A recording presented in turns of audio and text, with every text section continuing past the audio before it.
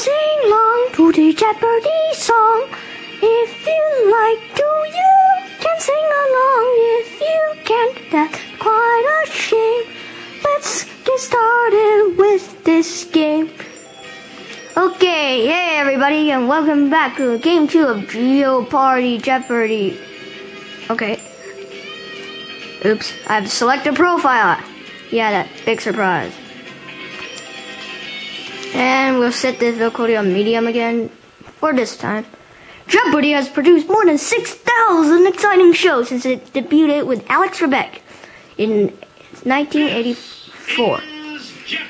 Okay. Player 2, Jamie. Player 3, Anthony with an N that looks like a U. Let's look at the categories. And we have one daily double awaiting you in these categories. Okay, we know. Need more space. Okay. Board game history. Very, okay. Very good. This means okay. war. Okay. On that planet. Okay. And in the bookstore. Player 1, start us. Well, these questions are out of these world. Christian Huygens wrote about this planet's rings back in 1659. Okay. This planet's rings. Does that not ring a bell? And press the A button to select. 1 minute and 30 seconds into the video and I already made 2 puns. I'm great. Feel free to select your word. That's it. Okay, Saturn. Player 1. This means war. Revolutionary War. Volunteers ready to fight. 60 seconds. We're called these. 60 seconds. Minutemen.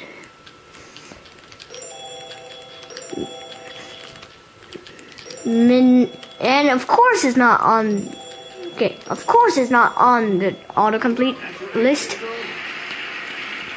Okay, I'm in the lead. Back to you. Dawes Butler voiced this animated TV hound.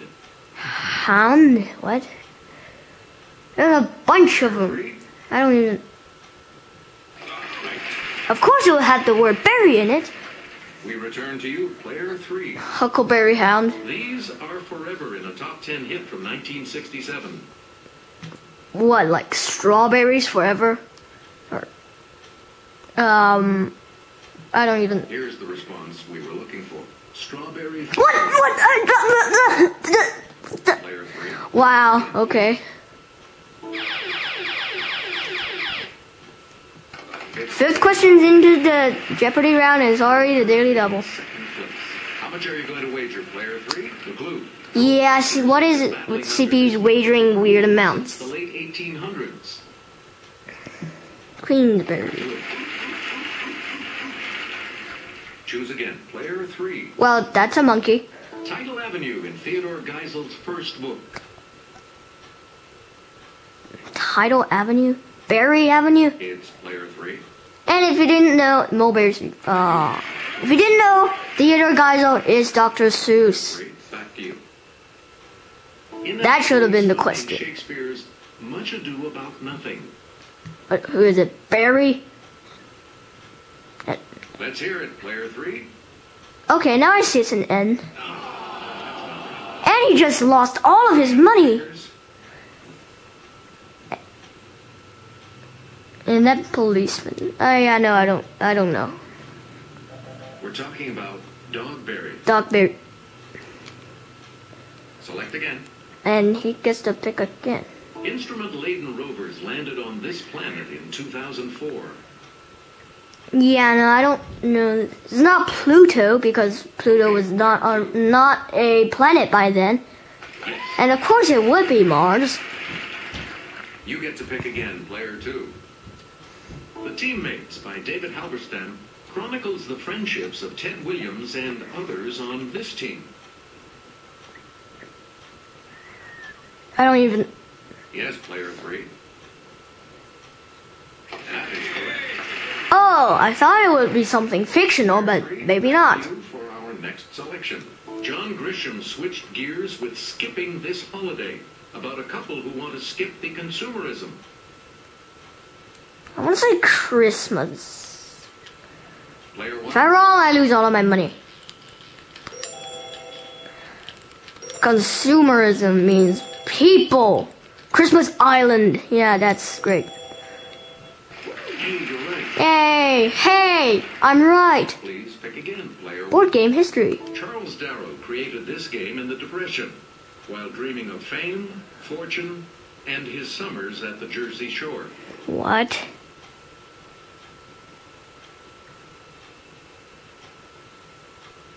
It's gonna be Monopoly, isn't it? Correct response. Monopoly. Bah! We return to you, player one. A game imported from India is called both Shoots and Snakes and These. Shoots and snakes and ladders. Okay, player one. Okay, wait. Shoots and snakes and ladders. I don't know what I'm trying to do, but look at all those lady autocompletes. You again. I never played Shoots and Snakes. I only played Shoots and Ladders. You can lunch on chicken. At KSC, this place, you can lunch with an astronaut. Kennedy Space Center. Yes, player one. I like this question.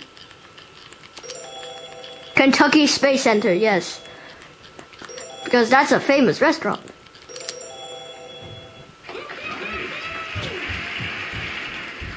Player one. Hey. This Mattel doll became an astronaut in 1965, perhaps inspiring the young Sally Ride.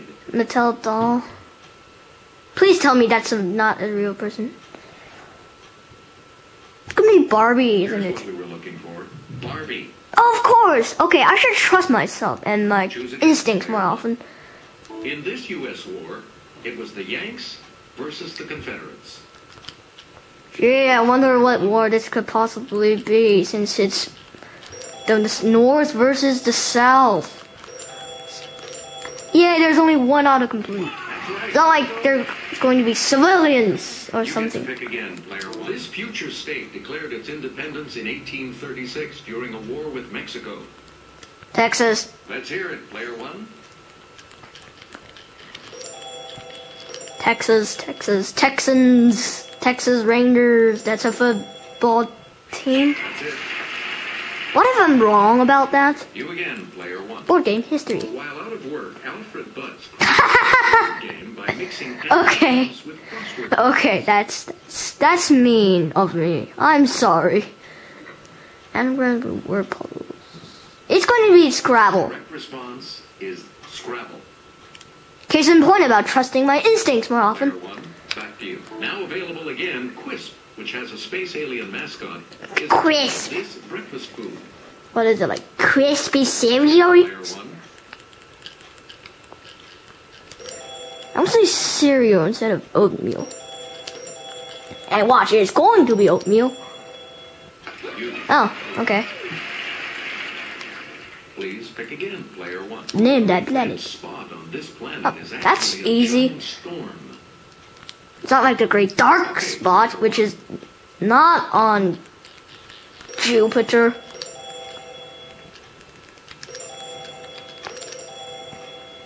That is correct.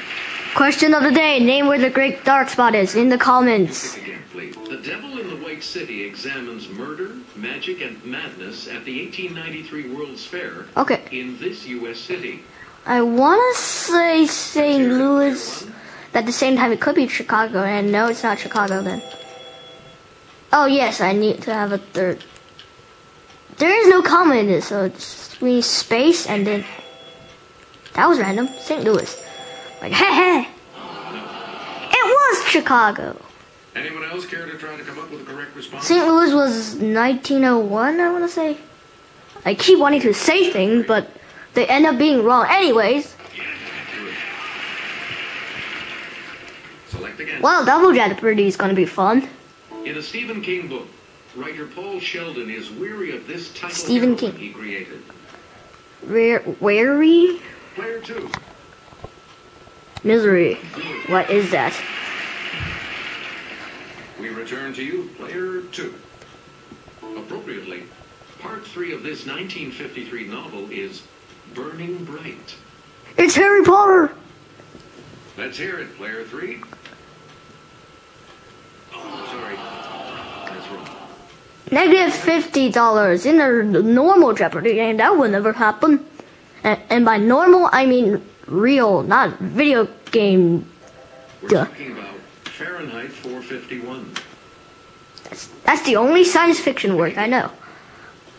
Lasting from 1957 to this year, Oh, no. Vietnam Come War on. is the longest in which the United States has taken part. It's 19-something. 1969. Here's what we wanted. 1975. 6 years off. Player 2, back to you for our next selection. We need to... 5 Years' War, 1337 to 1453. That's not 100 years, that's 116. This country. It's gonna be France. Yes, player one. France.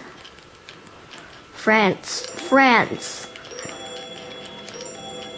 Francis Drake. That's a country.